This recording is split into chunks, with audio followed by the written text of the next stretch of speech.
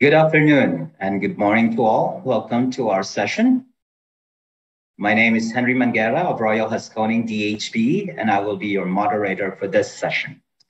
So you are in session S4B, Mainstreaming Climate Resiliency by Water Organizations Best Practices and Lessons Learned. So just a quick note about myself. I'm calling in from Manila, Philippines, and in fact is now based here in my home country after being away for too long, more than 20 years, living and working in the United States, and then another 5 years in the Mekong region. I'm currently the resilience lead of Haskoning Philippines and a member of the climate resilience team of Royal Haskoning DHV in Asia and Pacific. So now that that is out of the way, let me introduce my partner in crime, if I may use that phrase, for this session. Ms. Alison Woodruff, who is a principal water security specialist at ADB. And she has graciously stepped in to be our panel facilitator despite her really, really busy schedule this week and during the months leading to this forum, as she is one of its main orchestrators, if not the main orchestrator. So Alison, I will be introducing you a little bit more later when we transition from our presentation portion of the session to the panel discussion and Q&A portion of the session. So I also like to acknowledge our young water professional rapporteur for this session, Ms. Christine Ayo, a postgraduate student in international governance and water diplomacy from the National University of Public Service in Hungary. So next in my quick introduction list is our session itself. So mainstreaming climate resiliency by water organizations. So promoting and mainstreaming climate resiliency, as we all know, start with a knowledge of what it is exactly and a realization that it is in fact achievable. It is not all but a pipe dream. And so for this session, we have assembled leaders, thought leaders, and influencers from leading water organizations in the region and beyond to share with us their experiences and their plans with respect to promoting climate resiliency and when relevant, closely related aspirations on water, food, energy security within their geographic spheres of influence. I would have liked to invite more organizations, but obviously we can't as we are limited to a 90-minute session. So for this session, I am honored to have with us today's speakers from the Mekong River Commission, including the CEO himself, from the Ministry of Development Planning of the Government of Indonesia, from Manila Water, which was just recently awarded the most prestigious 2022 Global Water Company of the Year. Congratulations again. And finally, as a guest organization, the City of Alexandria in Northern Virginia, part of the metropolitan DC area in USA. So while we recognize that our speakers, because of the limited time, will only be able to scratch the surface, so to speak, of what they do and what they have accomplished, we hope that through this session, that we bring some inspirations to our listeners to do the same, to return to your respective organizations and your communities, and be a strong advocate of resiliency and water security for all. So if I may, a strong and pervasive top-down approach from our national governments, combined with an active, opportunistic, bottom-up approach from our communities and localities to achieve quick success stories, especially where they are most needed, will allow us together to short-circuit the process towards ultimately achieving climate resilience and water security for all. So now let's go quickly with the logistics again. I guess we are on the Zoom meeting. I think we are all muted. For questions, there is the chat box where you can type your questions, and we will try to answer as many questions as we can during the panel discussions and Q&A. So without any further delay, let's start the presentation portion of our session. Our first speaker is the CEO of the Mekong River Commission, Dr. Anulak Kitchikon, and he will be co-presenting with his chief river basin planner. They are actually here in Manila for a number of face-to-face meetings with ADB on ADB MRC cooperation. So Dr. Anulak is the third riparian CEO of the Mekong River Commission Secretary. He began his 3-year tenure in January of this year after being unanimously appointed by the governments of the 4 MRC member countries, Cambodia, Laos PDR, Thailand, and Vietnam. He leads the MRC headquarters in Vientiane, where he is based at, and its Flood and Drought Management Center in Phnom Penh, Cambodia.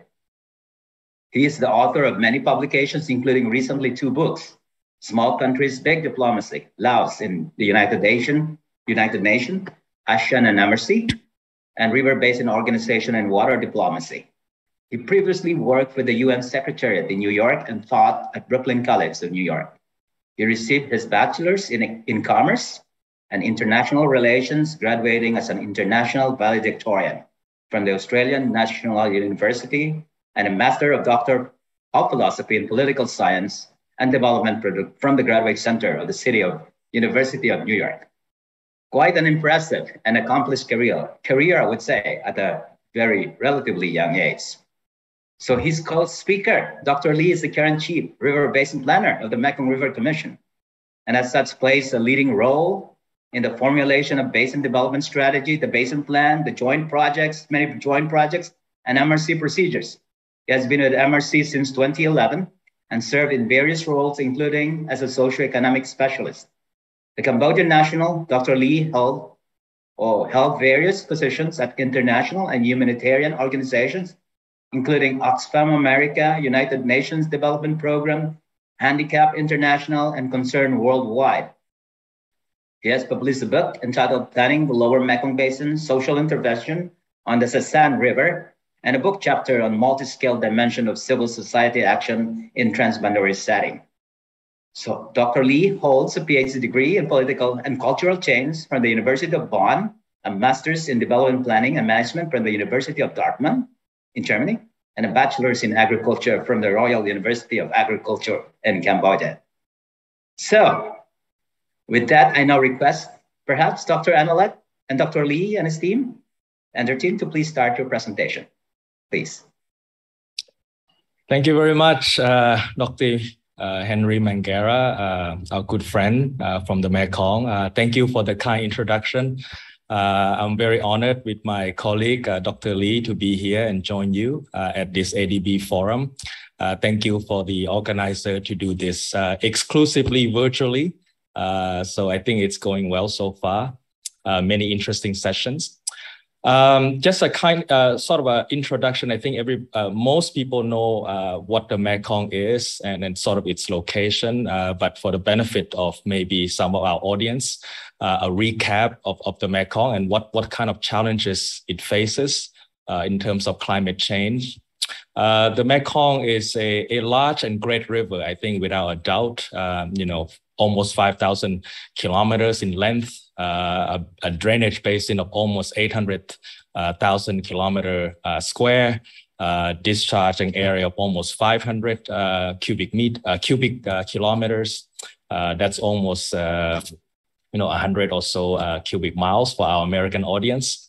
6 important countries in a geostrategic region, 70 million people, second most biodiverse river in the world after the Amazon. The Mekong is important for the 6 countries' economies in terms of water, irrigation, water supply, energy, hydropower, food, especially fisheries, connectivity and trade, navigation, and of course the environment, linked to ecotourism, etc. So it's important. It's very important for the countries of the Mekong, but it's also because the Mekong countries, especially Vietnam and Thailand, export, top exporters of rice, for example, and fish and other. So it's also important for the broader ASEAN region and the wider world. So, but the Mekong being such an important world river, it's under threat, and one of the primary threats is climate change. And in our assessment and in other assessment, it is one of the most vulnerable regions to climate change. From the Mekong point of view, there are 2 basic critical issues when it comes to climate change because of the Mekong status as both a developed and a developing river. So the first kind of challenge is that we have a number of water infrastructure, especially dams, that needs to be better coordinated. Because of climate change, individual dams tends to, in the past or in the traditional fashion, tends to operate independently and mostly maximized for, say, one single purpose, such as hydropower or energy production. So with climate change and with the onset of more flood and drought, there's a strong need to do better data sharing, better notification, and better coordination of these water infrastructure for the benefits of the dams themselves, because you need to know and sort of predict what comes from other dams, but also for the people and the environment, because you can better gear some of these water infrastructure for other purposes than, say, energy production. So that's the first challenge. The second challenge is that because the Mekong is still a developing basin, there's a lot of plans for more water infrastructure, right? Especially hydropower projects. And from our assessment, these hydropower projects, they're not optimal from a basin-wide point of view. They're not sustainable, and they will bring, if they put in place in the as currently designed, much more negative impacts than, say, positive impacts. So in our work, what my colleague, Dr. Lee, would talk about is try to optimize from a basin-wide point of view these plans in the future, what we call now proactive regional planning. And that is, given the climate change that will bring, there will be more, say, the flood and drought, more disasters, etc. Are the current infrastructure in the basin enough? Do we have enough storage, for example? Can we cope with the changing flow regime? Can we cope with future floods? So, and the answer right now is no. And we need to explore these kind of aspects. And then hopefully when we come up with the answers in a couple of years, then the countries would adapt their national plans to take into account these climate factors. So my colleague would present some of these work that we are doing, and we are interested to learn not only from our experience, at the regional level, but also from the national level and also from the local level with various presentations in this panel. So thank you very much, and I turn to Dr. Lee. Thank you very much, CEO. And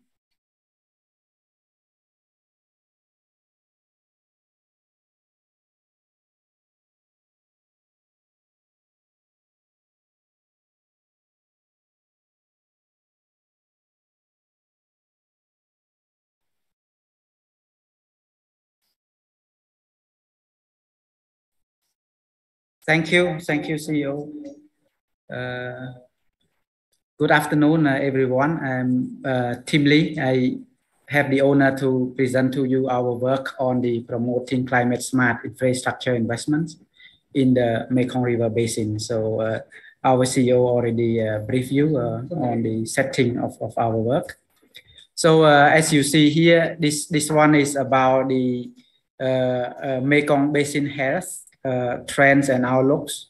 So we have this red dot on the current conditions in 2018. So we did our state of basin report, reported in 2018, and then the outlook, the red arrow is the future trend, is the projections of the issue up to 2040.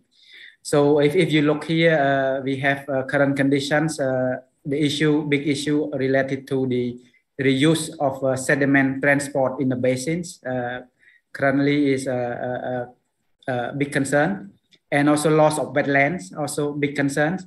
And we projected into 2040, there will be continue to have this issue, and with the current development. So we need to intervene. In regard to the climate trend and extremes, there is also current with the yellow dotted point. It's there are some concern that we need to address, and then in the future there will be also continue increasing trends for the projections into 2040. So this is the basin conditions currently we have and projected to 2040. And this slide show the climate change trends and extremes related to average annual basin-wide temperatures. the temperature have increased over the historical records and projected to increase to continue increase across the basins and also across the seasons. So by 2060, under the worst case projections, the average annual basin-wide temperature could be go up to 3.3 degrees Celsius. It's higher depending on the global emissions trajectory.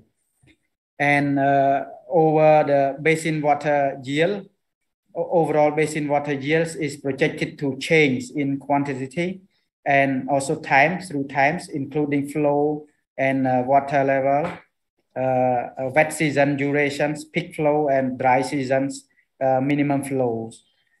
So in this regard, the basin developments will be affected by climate change. This graph shows the trends in hydropower developments in the Mekongs. Hydropower developments in China and in Lapidia is projected to rise sharply by 2040 from about 30,000 megawatt to 50,000 megawatt from 2017 till 2040. So this figure is almost double of the development. And in regard to this, MRC has identified two of the important strategic response. The first is to coordinate basin management operations, aiming to increase positive transboundary effects and mitigation negative impacts by promoting the development of operating mechanisms for cascade dams and water infrastructure, especially on the mainstream of the Mekong. Second, MRC also aims to work more on proactive regional planning to identify new joint investment projects and national projects of basin-wide significance to reduce trade-off and vulnerability. And here is the work related to coordinated water infrastructure operations. We aim to develop the mechanisms for information sharings related to water infrastructure operations for multiple benefits, including gender and vulnerability, sustainability, sensitive disaster mitigation and management.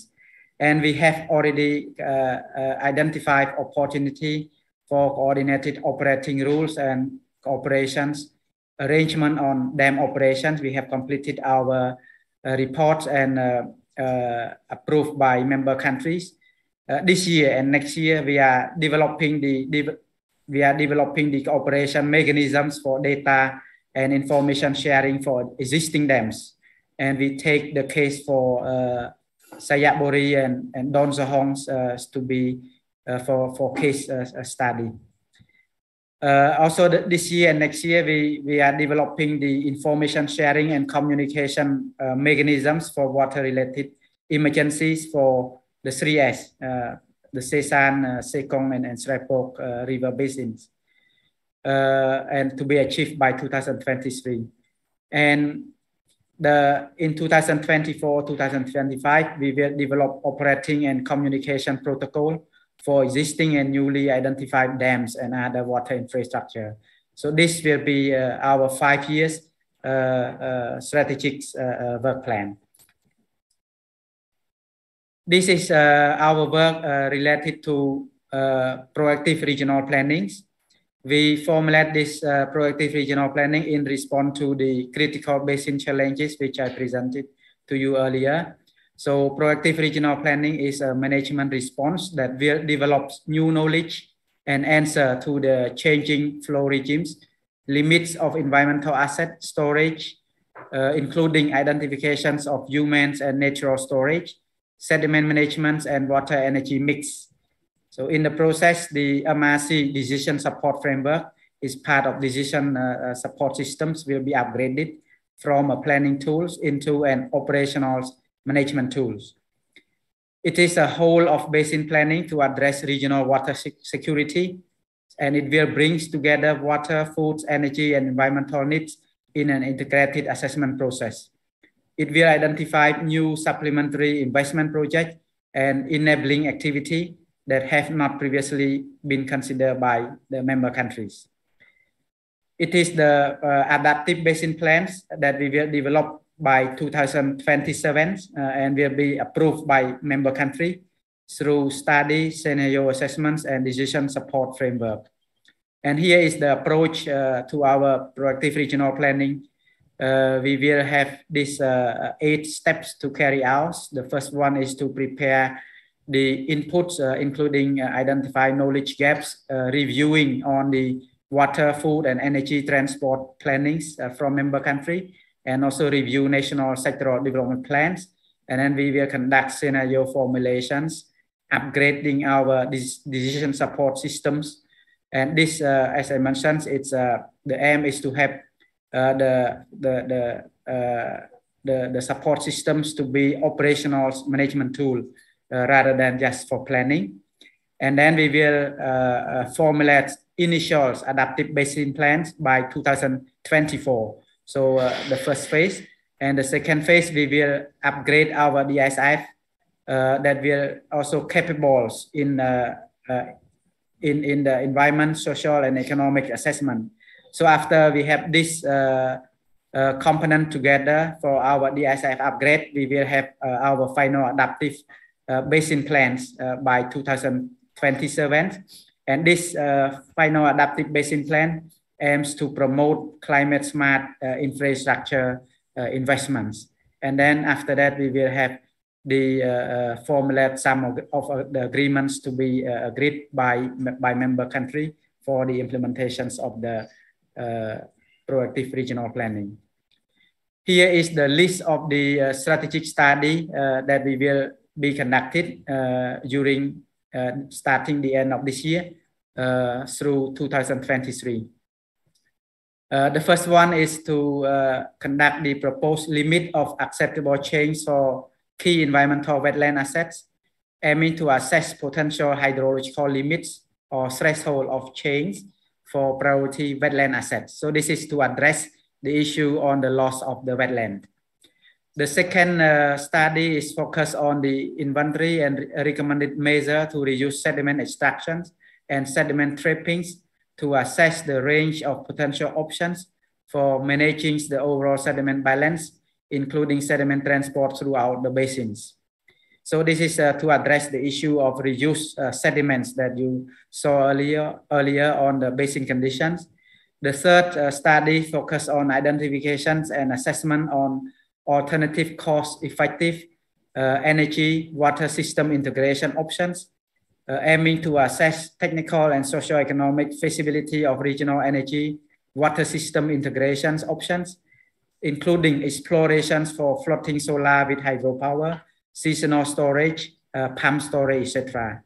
And this MRC Secretariat proposed to consider this strategic study as a potential area of collaborations with ADB or GMS, because the role of energy in the Mekong regions. The fourth important study will focus on storage identifications and assessment, aiming to identify supplementary options for increasing water security, including identifications of green-gray water storage, watersheds, floodplains management, coordinations of basin management operations. And so all of this will work to address and identify the climate resilience for the investments in the basins. So this is all my presentations. Thank you very much. Thank you, Dr. Lee, for a highly informative and interesting presentation. And to you, Dr. Anala, for, as always, a candid account of the Mekong situation and the urgent need, and reminding us how important the region is to the regional and global economy. I think I can speak on behalf of many of us here that we are rooting for you and your organization to achieve your mission for the Mekong region. And I'm sure that we'll have lots of questions later on, allow you to elaborate further on your presentation. So moving on to the next speaker. from the Mekong region with a regional intergovernmental perspective to moving to Indonesia in particular, where we will hear what are being done at the national level in terms of policies and strategies related to climate resiliency and water security. So when we began planning for this session, our next speaker, Mr. Abdul Malik Sadat Idris, was the Director of Water Resources and Irrigation under the Ministry of Development Planning. He recently assumed a new director position within the organization with a broader multi-sectoral development planning scope in Region 1 that comprised Sumatra, Java, and Bali. Mr. Idris has been sought in many other forums similar to ours and has traveled the world to share his knowledge and experience. This includes, for example, serving as a panelist and or a speaker for the Resilient Infrastructure Recovery and Building Back Better in Japan in 2020, the Third World Irrigation Forum in Indonesia in 2019, during the Water Week at the World Bank in the USA in 2019, and the 27th Annual CCPP Conference on Public-Private Partnerships in Canada, also in 2019. So, Mr. Idris, it is a pleasure to meet you virtually and to hear you for the very first time. So may I request for you to start your presentation, please? Thank you, Henry. So is my screen clear? Presentation of the title. Can you hear my voice? Okay. So I will tell some story how Indonesian government developed the climate resilience policy until 2045. At first, what we are doing actually, how to start the awareness that the climate change usually starting a debate, a lot of the impact, but from the beginning, we try to quantify the effect to economy, the loss when we do nothing. Since all the adaptation or the mitigation, of course, will need a public support. Yeah. So we now start the calculation. For instance, the calculation, the loss will be 2.87% of the GDP to the water, food, and energy sector. And the water will contribute around 0.3 or 0.4% of the GDP, and is calculated related with multiple scenarios. And also we try to quantify to building the awareness, since Indonesia is the island countries and has different regional characteristics. We calculate the impact of the climate change by the province in terms of the economic or financial losses. For instance, the one that will suffering is the capital, the DKI Jakarta, in terms of the impact. But in terms of the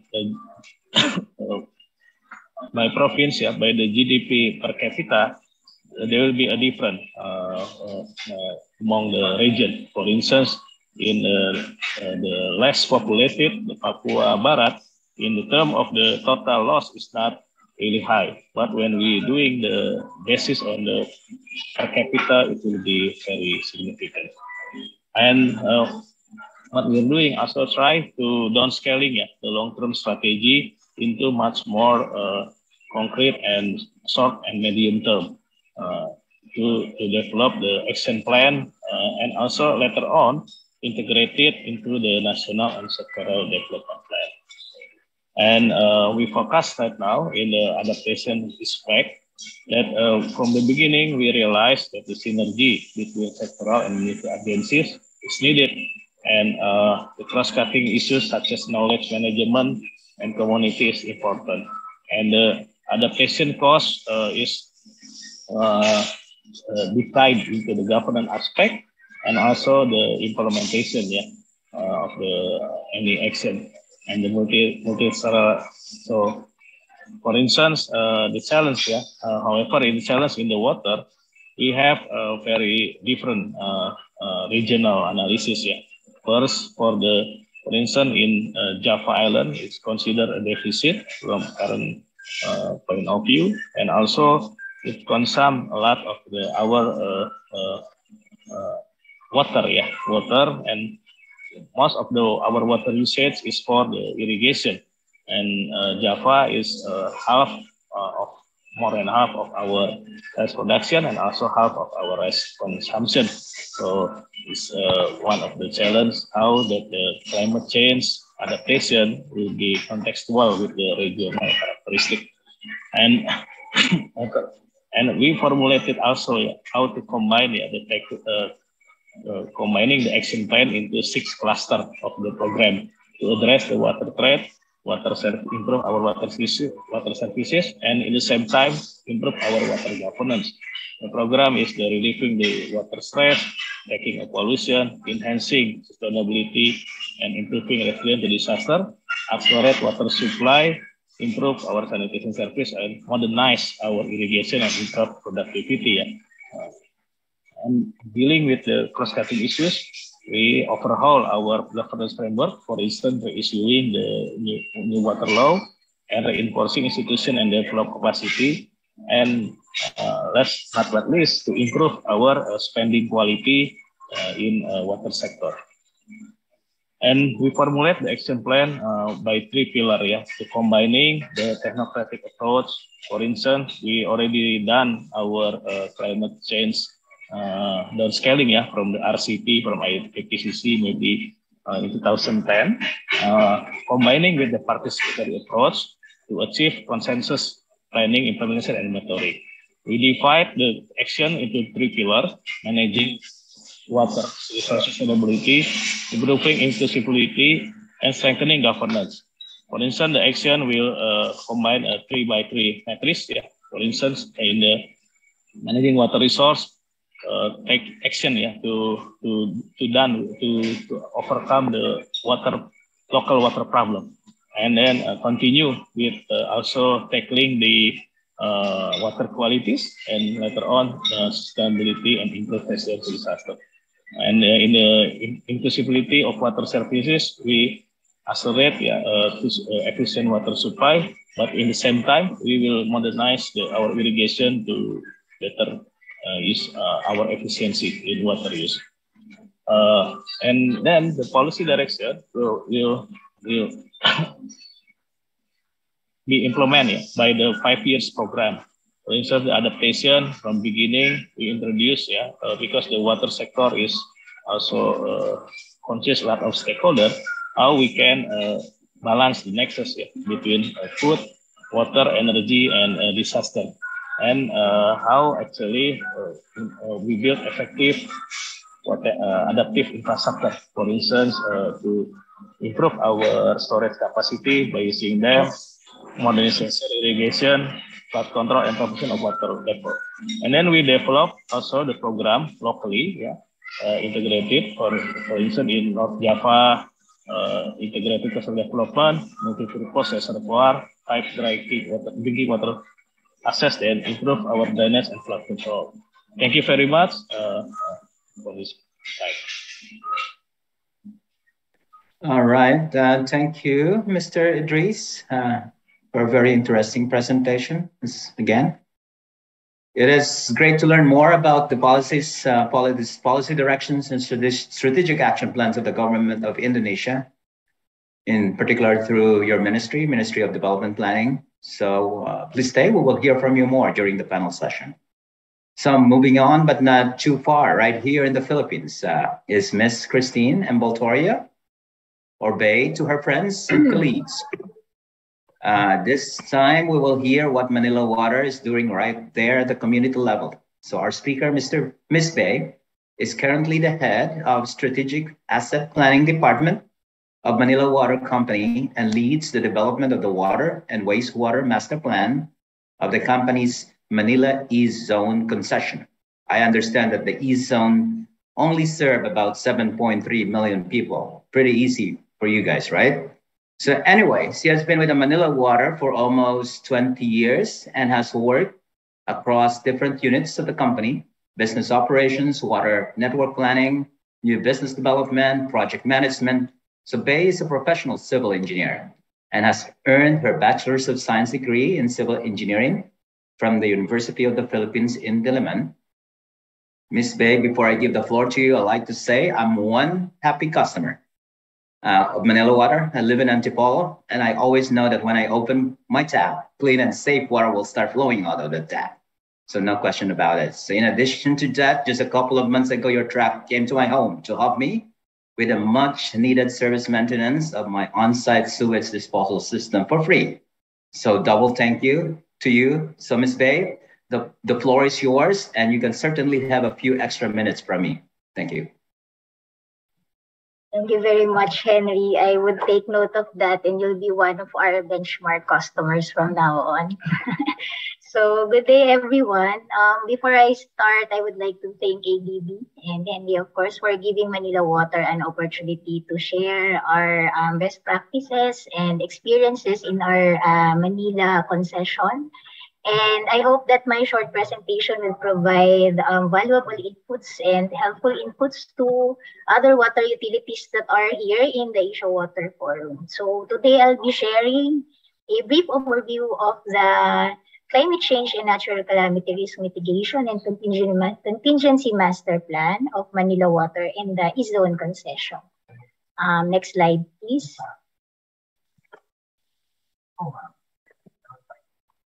So just for a brief background, in 1996, the National Water Crisis Act of the Philippines was passed, which led to a public-private partnership through the concession agreement, and the Metropolitan Water Services and Sewerage Services, which was the government agency who handles the water and wastewater services in Metro Manila and the neighboring municipalities of Rizal and Cavite, was split into two concessions, the East and the West Zone, and the East Zone was awarded to Manila Water Company. Next slide, please.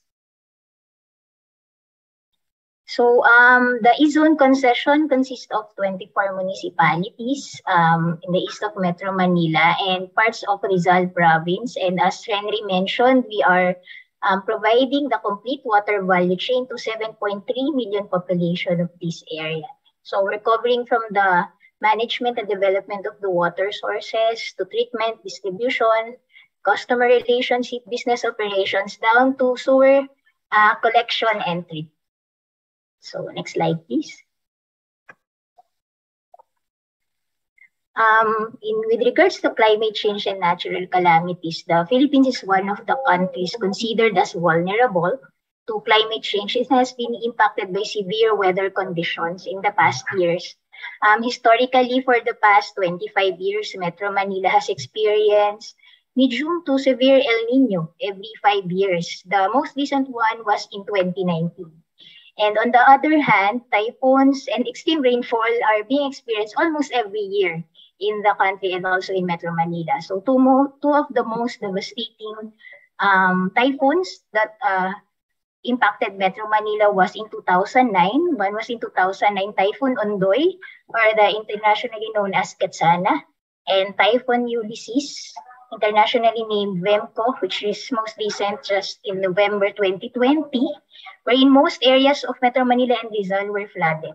And the East Zone, on top of which, the East Zone is also transected by several earthquake generators.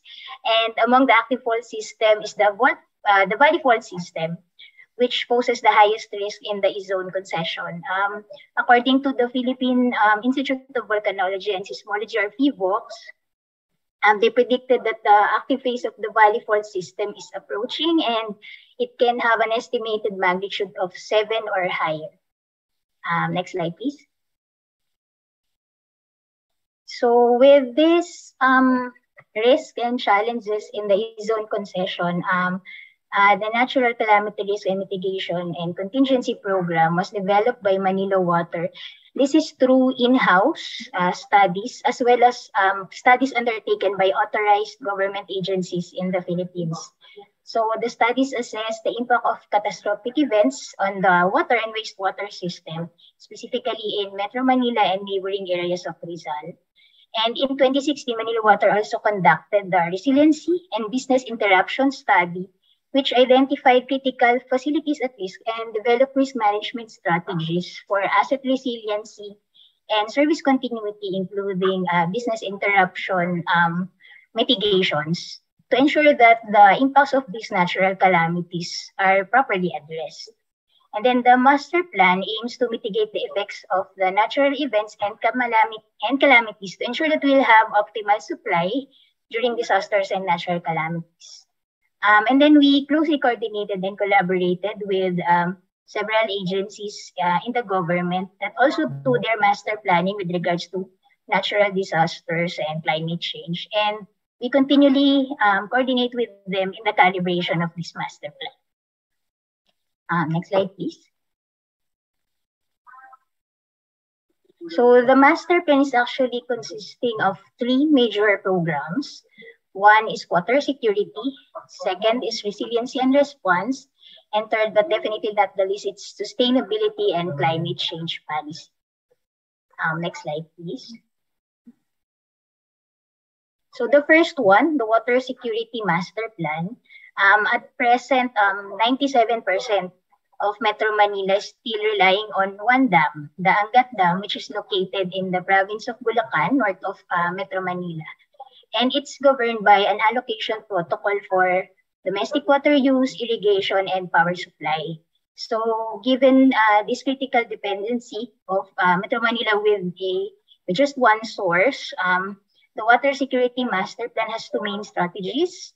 One is to ensure that the current water sources are protected with the corresponding low water facilities secured and operating efficiently and would adequately meet customers' demand.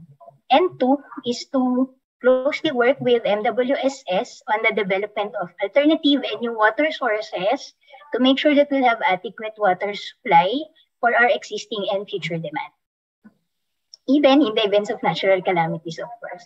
And aligned with this objective, one of the accomplishments of Manila Water is the multi-pronged approach in NRW management, wherein we were able to reduce non-revenue water from 63% to less than 15%. And we were able to save 700 MLD worth of volume of supply, which is already equivalent to a medium-sized dam. So we were able to serve more by losing less of our water losses. And then another one is the water security master plan also incorporates the improvement of our raw water facilities as well as programs to continually protect our watersheds. So in line with the growing demand as well, as I mentioned earlier, we have implemented short and medium-term sources in coordination and collaboration with MWSS to mitigate supply deficiency in the future. And we are developing more alternative water sources by tapping surface water sources to provide adequate supply in the future. Next slide, please. So the second program is the resiliency and response. So the first one, the asset resiliency program consists of one is the retrofitting of treatment plants, reservoirs, and other critical facilities to make sure that they are resilient to earthquakes and other natural calamities. And then we also have rehabilitation of our aqueducts and our transmission lines. And we also implemented flood mitigation and windstorm controls for our water facilities. Next slide, please. On the other hand, the response initiatives includes the installation of emergency reservoirs, water tankers, and mobile treatment plants, which are being installed in evacuation areas during natural calamities. And we also do employee training and awareness to make sure that our employees are equipped during these types of events. And one of the major programs of Manila Water is its IEC program, or Information, Education, and Communication Program, wherein we go to communities and schools to promote awareness of the importance of our water sources and educate our people of ways on how to protect them. Next slide, please. Last but not the least is our sustainability and climate change policy. wherein we're targeting that in the next 3 years, we'll have 60% reduction in the avoidance of our carbon emissions through renewable energy and wastewater treatment projects, and then have a net zero carbon emission after 25 years. So with those programs and plans, Manila Water is committed to live by its mission, which is to provide continued service with care in every drop. So that would be the end of my presentation. Thank you. All right, Ms. Bay, thank you for the excellent presentation. I guess one excellent presentation after another. So I hope that this is not too much pressure for our next speaker, who's joining us all the way from the US of A with only about 12 hours time difference, right, Terry? So good morning to you, Ms. Terry Seward, and thanks for staying with us and staying awake. So Terry and I used to work together for Atkins in the US, and our rooms were practically next to each other. So I moved back to Manila and Terry moved to work in the city of Alexandria. So the city is known for many things in the US, top 10 in best downtowns, best cities for women entrepreneurs, most romantic city, top bike-friendly community, a 3 City Award almost every year, and a top 10 digital city, among many other awards. But one thing that is lesser known but very important is that they have one of the best stormwater programs out there in the country and has been recognized several times by the Water Environment Federation. So Terry is right in the middle of that, making sure that the stormwater program and other related programs remain top-notch. So in fact, Terry is currently the city's director of the Department of Project Implementation, responsible for delivering the city's portfolio of capital infrastructure projects, not only stormwater and flood mitigation infrastructure, but also roadways, sidewalks, transit facilities, sanitary sewers, parks, and the like. In that capacity, he provides the necessary leadership and strategic direction for the city's core infrastructure design and construction program. This is on the strength of our more than 2 decades of experience designing and managing public and private infrastructure projects. She earned the Bachelor of Science degree in Civil Engineering from the U.S. Coast Guard Academy.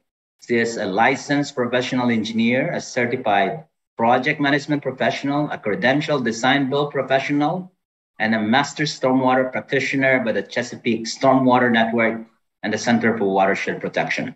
She is also currently the chair of the board of directors for the George Mason University Civil Engineering Institute and also an adjunct professor at the same university. So Terry, again, thank you for gracing us with your presence. The floor is yours. Thank you.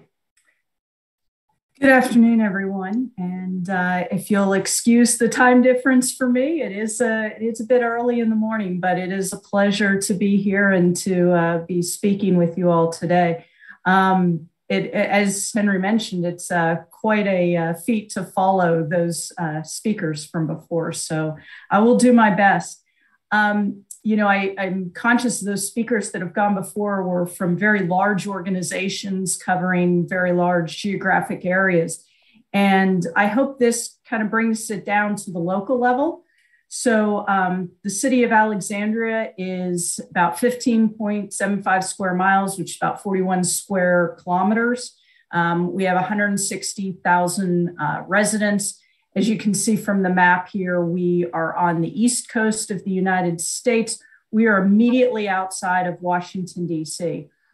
So we are a small but mighty community and are having to deal with a lot of flood resiliency issues. So we want to talk, I wanted to talk to you about today is what is stormwater in an ultra-urban environment? What are those measures we need to account for? What are the causes of flooding that we have in Alexandria? We have multiple causes of flooding, and the holistic approach that the city of Alexandria is taking to address the flood resiliency. So first off, talking about being in an ultra-urban environment, even though we don't have a lot of, the high skyscrapers and vertical growth in the area, we have much of our area is highly impervious. So rooftops, roadways, streets, parking lots, compacted soil, Many of the historic streams were put into pipes and placed underground. And we also have areas of combined sewer, so where we have sanitary and stormwater in the same system. So some of the causes of flooding that we experience, of course, is all the existing impervious areas that we have. And then we continue to have growth and redevelopment. So new impervious areas continue to exacerbate the issue. We have a lot of older storm systems. Our city is a couple hundred years old, one of the earliest cities in the United States. And so much of the infrastructure was built a very long time ago and is completely undersized for the levels of rainwater we're experiencing today. There tend to be a lot of encroachments into the historic flow paths. Soil has been greatly compacted.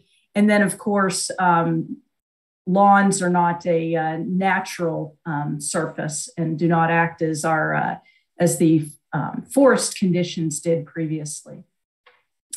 We also, because we are on the Potomac River, which is part of the Chesapeake Bay watershed, we experience high tides and sea level rise.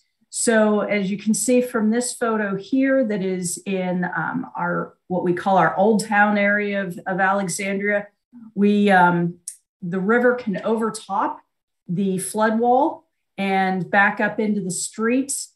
In addition, some of the low-lying areas, the river can actually back up into our storm system and then have localized flooding in those areas. And as I'm sure most of you all know, climate change is really an amplifier to what we're already experiencing. So the hotter it gets, the more solar heat causes greater evaporation. Warmer air is able to hold more moisture. So that greater moisture forms in the clouds, and thus we have heavier rainfall events. So just to give you a snapshot of what we're experiencing in Alexandria, 2018, you can see, was Virginia's wettest year on record, 20 inches over normal.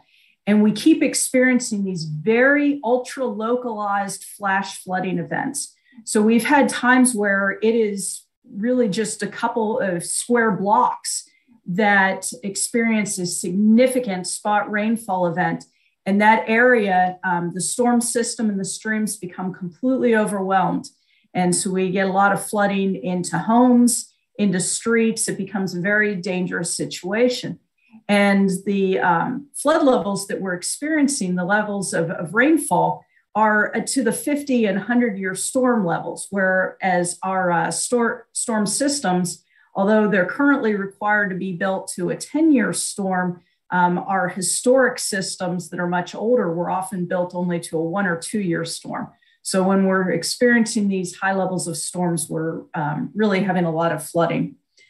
So what the city did is said, you know what, we need to take a holistic approach to addressing these issues. These are unprecedented. The systems were not designed for this.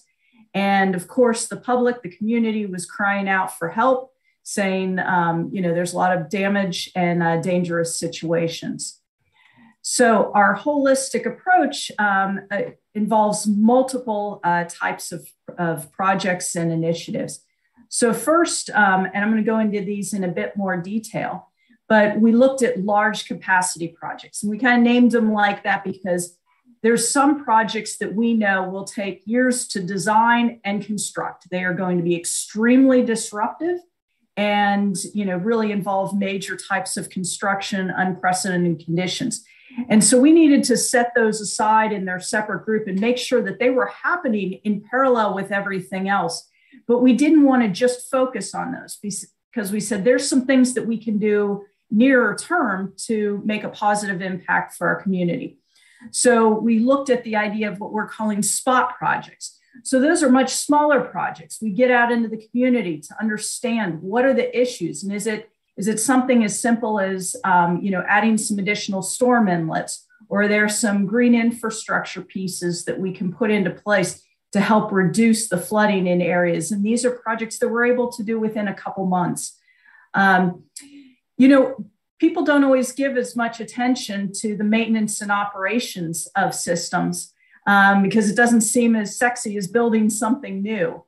But keeping our existing systems maintained and cleared is a critical component. And so we've added a lot of investment there and also maintenance of our streams and channels. The community involvement is essential. You know, we all can model things from a high level and take a look at those, but until you get down to the community level and talking to people about what they're experiencing and where the water is flowing in their neighborhood, that's been the critical piece. And so making sure that we have that two-way dialogue with the community has been hugely important. We also have a project going along on our waterfront, our older area of the city, to help address the flooding in that area. And as I mentioned, our waterfront, where you saw in the photo that water is coming over top of the seawall. The issue we have in Alexandria, which I'm sure exists in many cities, is back in the 17 and 1800s, they wanted to extend the land. And so they put fill in, and it's at a much lower elevation than our natural elevations. And so that's the area that is flooding so much for us, is all this historic fill area. We also established a flood mitigation grant program, and we have a stormwater utility fee, all things to enable additional funding for improvements to our stormwater. So to go through this holistic approach in a little bit more detail, I mentioned the spot projects. And this really involves a lot of our staff out in the community, talking to our residents and fully understanding what is occurring, having people there and videos when it's actually raining so that we understand what's happening in small areas, and then making those improvements in the field. Additionally, the operations and maintenance that I mentioned was so critical. Some of these older systems, particularly large box culverts, they are silted up incredibly, a lot of runoff from the streets, a lot of pollution in there. And so having regular programs to clean those systems out so that we do not lose capacity in our already undersized systems is very important. You probably saw this on the previous slide, but I want to address what we call Alex 311.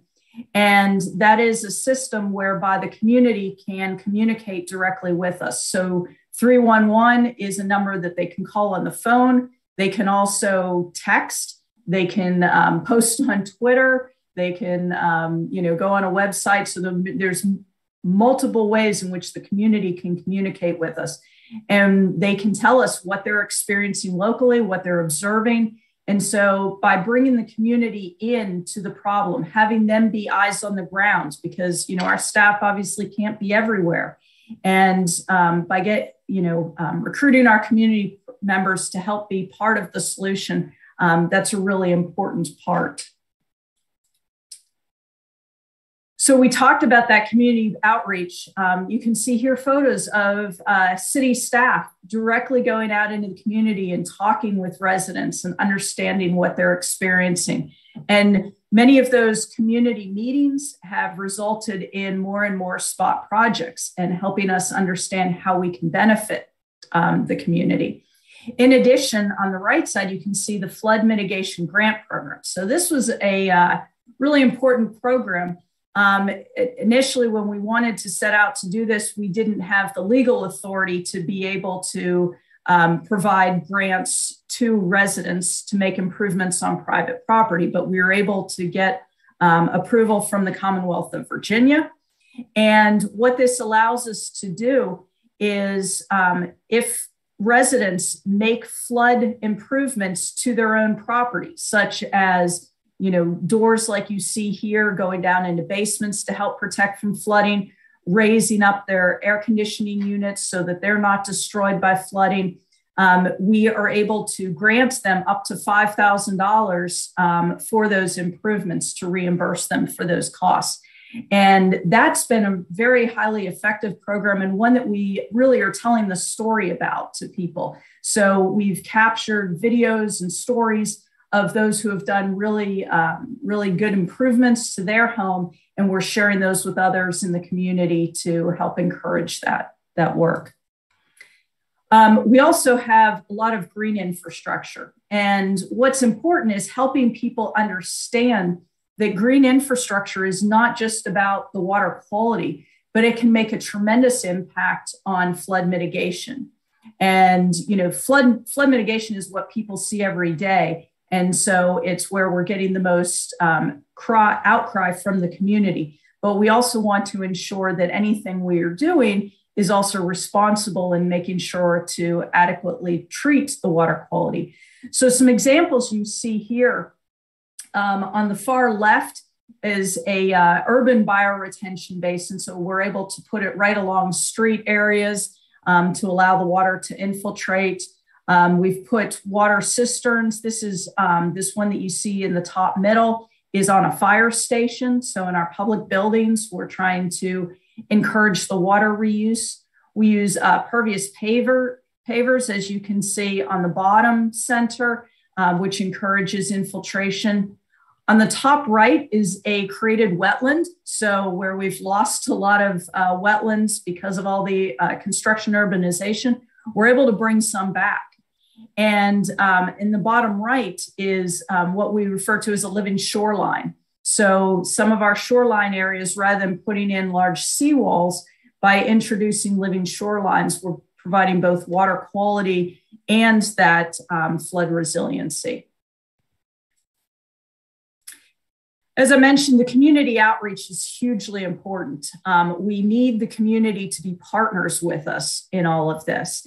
And if they just see us as, adversaries of the government that need to get things done and not partners in this, we're not going to succeed.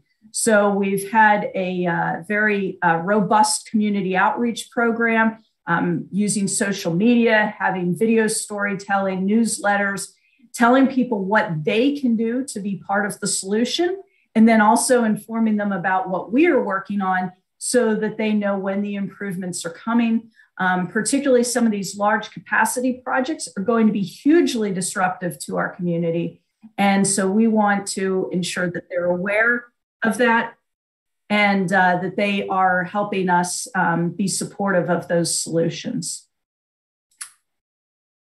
So with that, I want to thank you all for your time today and your attention. And I know we'll be going on to a panel discussion later, so I'd be happy to answer any questions at that time.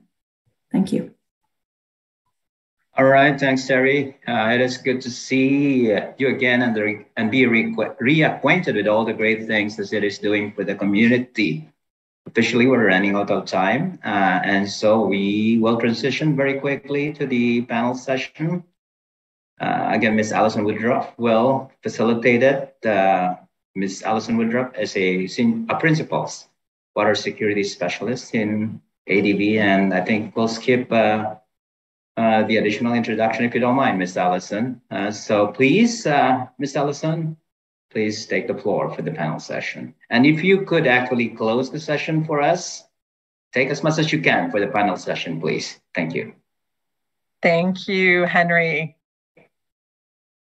And a good afternoon, good evening, good morning to everyone, wherever you might be joining from. And special appreciation to some of our speakers who are, it's very early in the morning for them, so we appreciate you joining.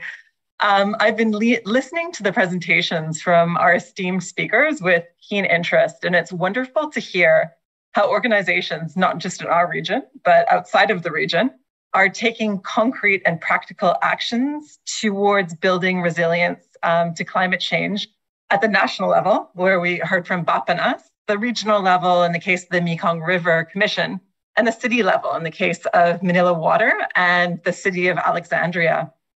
I'll just spend a quick couple of minutes talking about ADB's approach to building resilience in the water sector before we move into the panel discussion with our speakers. So first I'll note that during the Asia Water Forum this Thursday afternoon, Manila time, we will be launching our Water Resilience Guidance Note and the Asia and the Pacific Water Resilience Hub. So please do join us for that session to learn more about these exciting resilience initiatives. Many of you probably know ADB announced an ambition of providing a cumulative $100 billion in climate financing between 2019 and 2030. And ADB is currently aligning our operations with the Paris Climate Agreement. The alignment process is well underway and is expected to be fully completed by July 2025. ADB is also committed to ensuring that at least 75% of our committed operations will be supporting climate change mitigation and or adaptation by 2030. The recent IPCC Sixth Assessment Working Group 2 report that came in earlier makes very clear that climate change effects will be felt primarily through water, through intensification of the water cycle, through more frequent and severe and extreme events like flooding and droughts, and changing rainfall patterns and temperatures. So water really is at the front lines of climate change impacts. This means that it's essential that we build our resilience to climate change at multiple scales, at the national, subnational levels through relevant policies and regulations, and at the local grassroots level as well. In the water sector, adaptation options include improving water use efficiency, improved water resources management, sustainable management of urban water, including, for example, stormwater management. And the good news is that many of these climate change actions in the water sector are very much aligned with the operational efficiencies that water utilities strive for. For example, through demand management and leak detection and improved energy efficiency, which not only reduces carbon footprint of utilities, but also reduces their operating costs. So through ADB's water sector's RU Water Resilient Initiative, we're really looking forward to working with entities on the ground to build their resilience, like utilities, municipalities, irrigation operators, river basin organizations, to make sure that they have the tools and the capacity to translate these climate risks into on-the-ground actions in their planning and operations so that they can maintain and expand levels of service in the face of climate risks. So that's really why we're launching the Asia and the Pacific Water Resilience Hub. And this will be a platform for water entities to connect and find these tools and capacity building opportunities. So with that very brief introduction, I'd like to turn back to our speakers to start the panel discussion so that we can really drill down and learn more about the specific resilience actions that each of these organizations has talked about today. So maybe as a starting point, I'm curious to ask our speakers today about how they made the business case for investing in resilience in your organization or your city or region. We heard about BAPNAS, and I think that's great in terms of quantifying the climate change impacts in various sectors to build that business case. But I'd be keen to hear from others. So maybe starting with Manila Water. How did you build that case for investing in resilience? Christine? Yeah, unfortunately for Manila Water's case, nature itself has always been providing us with that business case. It's the lessons learned from the devastations of typhoons and recently the water deficit that we've experienced in 2019 that has brought awareness to both the company and the government in putting priority into climate resiliency and making sure that we have water security in spite of these natural calamities and climate change. So it's a hard lesson to learn, but at least it makes people aware of the importance of having these plans and having it implemented as soon as we can. Thank you very much, Christine. And maybe just to quickly turn over to Terry, how did you guys, as the City of Alexandria, really build that business case for investing in resilience? Yes, I wowould say very similar to Manila Water is that nature is a great help there. It's interesting because, we can tell people about climate change and tell them what's coming, but until they experience and see it, they're not really willing to make that investment. And as I showed in my presentation, the number of large storms really create a huge impact on the community. And there was a large community outcry. So we have a stormwater utility in the city of Alexandria, but the fee was not enough to pay for these projects that are necessary. And so when we started experiencing this large amount of flooding, we were able to rally the community and convince our city council to basically increase the stormwater utility fee by a large factor, which has enabled us to have the funding needed to put these projects in place.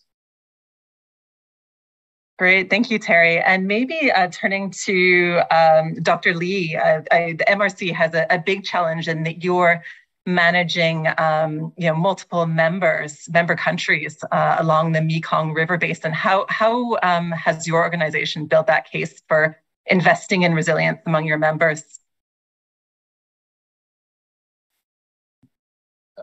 Okay. Thank you, Alison. Dr. Lee and I chatted, and maybe I'll take a crack at it. I think at the macro level and at the regional level, I think the challenges are similar, but probably much more difficult for us. For example, as the Mekong River Commission, we are a regional organization and we are an intergovernmental organization, and our mandate are limited to promotion and coordination of actions, but the actions and the investment that are needed on the ground and by the member countries, and in partnership with local and national stakeholders, including the private sector. So in that by itself, it's a challenge. And with respect to say climate related disasters, I think. For example, the Mekong has faced, drought for the past 3 years. This year is a bit better. With drought, it's sort of a slow moving kind of impact, right? So the case for building resilient against drought is a much harder sell. But I think with big disasters like floods, which we predict will come in 5-10 years time, until that day, the case to build resilience, such as now we're exploring, for example, more storage, both human-made and natural. Until that day comes, it's still going to be a hard sell because when you build storage, there's a lot of things to consider, including trade-offs with the environment. So the business case is very important, but until I think a big disaster comes, it's a hard sell. Great, thank you very much. Interesting to hear the approaches that each organization has taken. Maybe just with some specific questions. I noted Terry, you mentioned that Alexandria has introduced a stormwater fee. Financing investments in water resilience is something that all organizations are really grappling with. Could you talk a little bit more about some of the challenges and the process that you went through in designing and implementing these fees to finance some of the resilience measures that your cities implemented? Thank you, Alison. In the US, we call it a stormwater utility. So we actually established a separate utility for managing stormwater, and thus it's able to be funded through a fee. So there's a lot of political measures involved. A lot of legal measures usually takes a municipality a few years to get everything in place to set that up.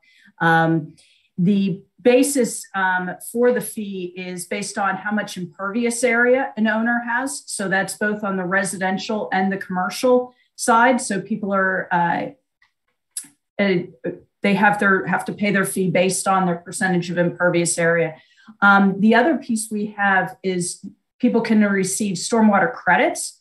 So if on their property they implement some green infrastructure measures, maybe collecting stormwater and reusing it, building rain gardens in their property, then they can receive credits and pay less towards the fee. So thus that's also encouraging people to be part of the solution. There's definitely people who are strongly opposed to the fee. But as I said, the climate change that we are experiencing is really allowing people to see the need for this investment. Great, thanks, Terry, and really interesting to hear about the sort of the carrot and the stick. So people are paying fees on one hand, but there are incentives to access grants that you've talked about. Maybe moving from the city level to the zooming out to the national level. Maybe a question for Pak Abdul from Bapanas about Bapanas has developed policy and action plans for promoting resilience in the country. But maybe can you talk a little bit about what are some of the key challenges in translating these national initiatives into on-the-ground resilience actions? Thank you, Alison. First, usually since the local government or the actor, the ministries before not really care about the climate change. So, but actually they start to questioning: is it real? What is the impact? They want to have clear. Yes, sorry. So at first, let's bring the proof on the table. Actually, the climate change study from the IPCC study into the downscaling, it takes time. So we invest how the global issues become a local issues, and then as a policy was developed and also linked with the financing. So when the actors or the ministries or the local government propose a program, it should be contain some adaptation strategies. For instance, before maybe we have only the regular rehabilitation of irrigation. With the ADB project, we introduce how to improve our water efficiencies, as an adaptation. In the flood management approach, before it's just a flood control and without really link with the hydrometeorological system. So with the ADB also, with the flood management program, we conduct a lot of study and investment on non-structural approach for the flood mitigation. So basically, it's just agreement. So in the central government has a policy, but also at the end some financing. How our financing is also become a stick and carrot to the adaptation strategies. Thank you, Alison. Thank you very much, and very interesting to hear that how that financing for the local government is a critical part of the implementation of resilience.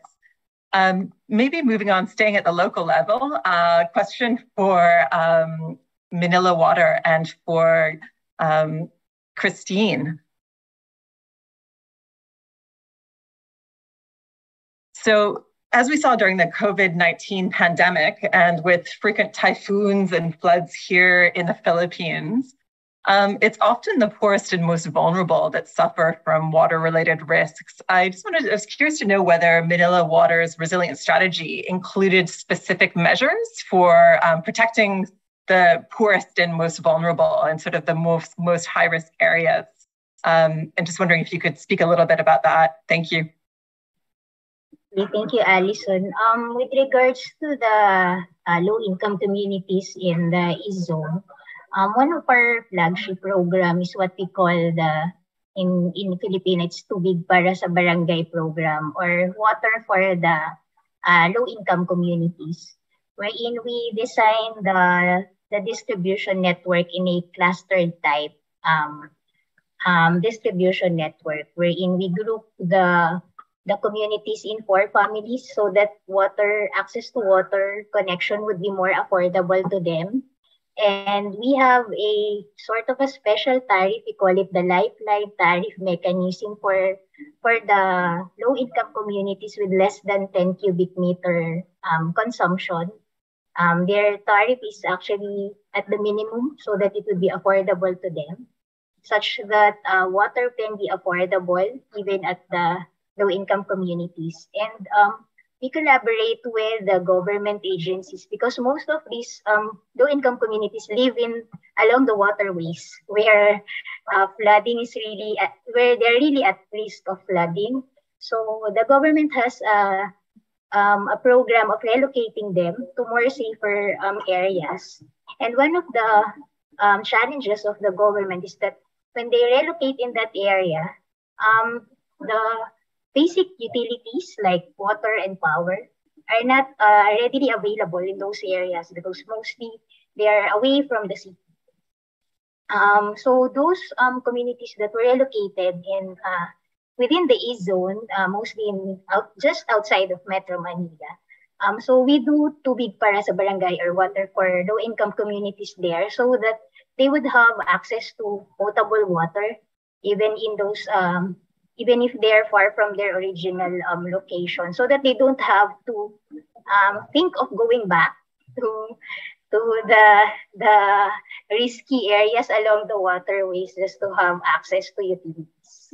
So that's one. And then another one is the information and education program, wherein we really prioritize public schools and teach the children of how they can contribute to ensuring that the environment is clean, and how can they save water, and how can they consume water more wisely. So those are the programs that Manila Water initiated for the lower income communities.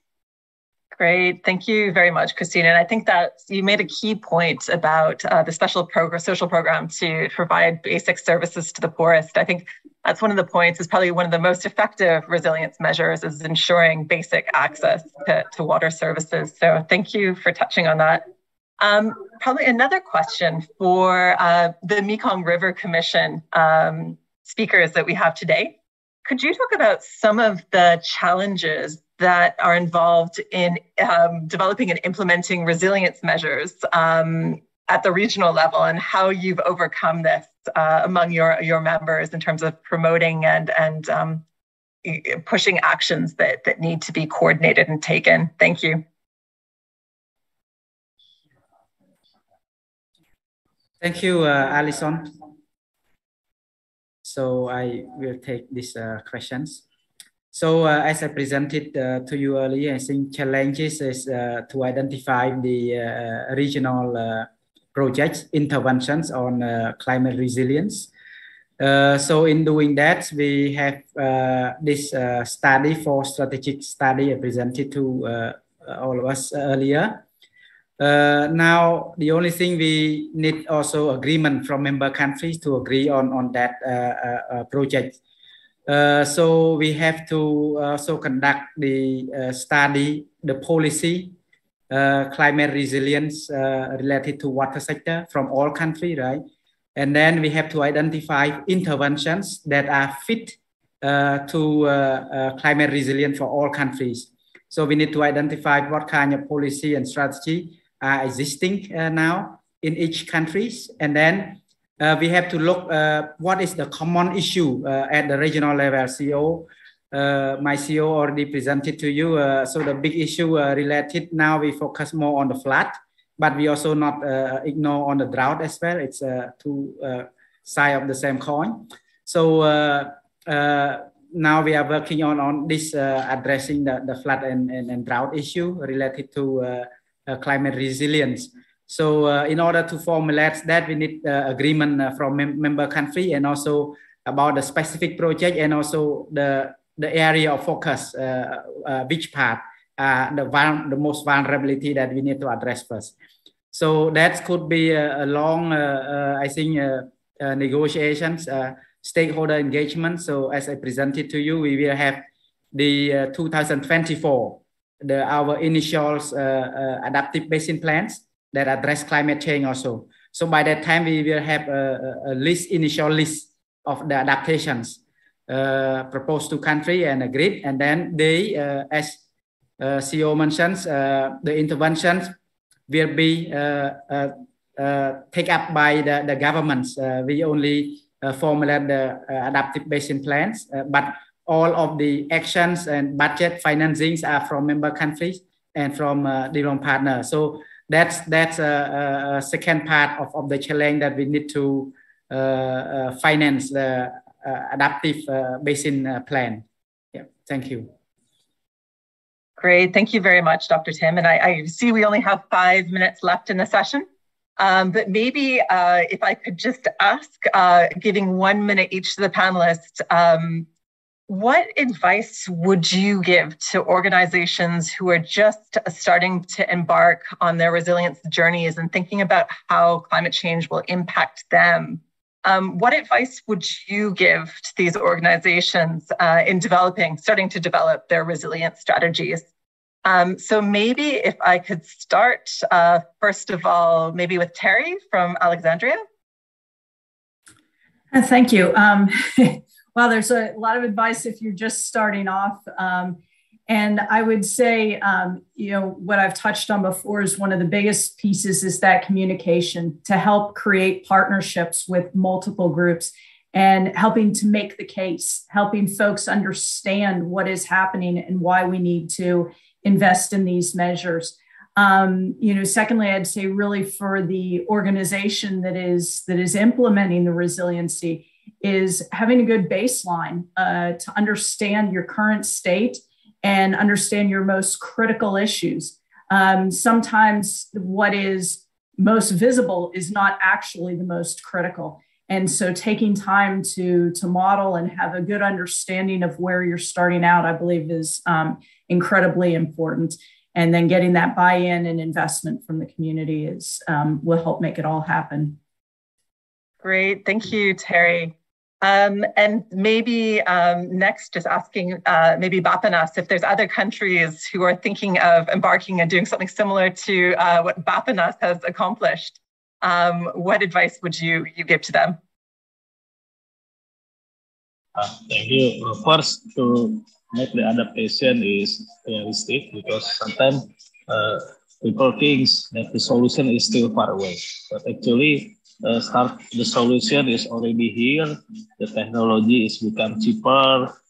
How we communicate is become better, and to reach out the stakeholder is important.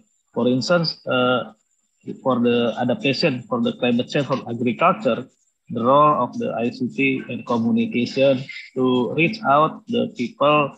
We have 20 million of farmers. We have a pilot project with the ABBs. Then it's become how we work is totally different. Before it's really structured, we had participatory, but now participatory with digital and technology, I think is one of the key aspects. And second is how to introduce that it will create the new the new method, for instance, the circular economy, how the adaptation become more efficient, to give more benefit. We can share some micro level that the stakeholder feel and believe, and also can get the real benefit, financial benefit after implement the some adaptation program. For instance, with the cheaper, the green infrastructure is cheaper with the gray infrastructure. Something like that is need to be introduced. Thank you. Thank you very much. And with our last couple of minutes, maybe 1 minute for Manila Water, Christine, what advice could you give to utilities that are just starting to embark on their resilience journeys? Yeah, thank you, Alison. Probably start with a collaborative approach in conducting your climate change risk scenario buildings internally within the organizations, like not just operations or technical, including finance, human resources, all aspects of your organization, so that all will be accounted for and will be included in the plan for the resiliency master plan. And then externally, with the government units, those under other utilities, local government units, and most of all the community within where your organization is servicing, so that you will have a more holistic approach in terms of developing your climate change resiliency mastery. Thank you. Great, thank you. And with that, I think we've come up to the hour. So I'd really like to just thank all of our absolutely terrific speakers. I've learned so much today about the resilience measures you're implementing in your organizations. You've provided a lot of inspiration. So thank you very much for joining the session today and sharing your experience and knowledge with us. Thanks again.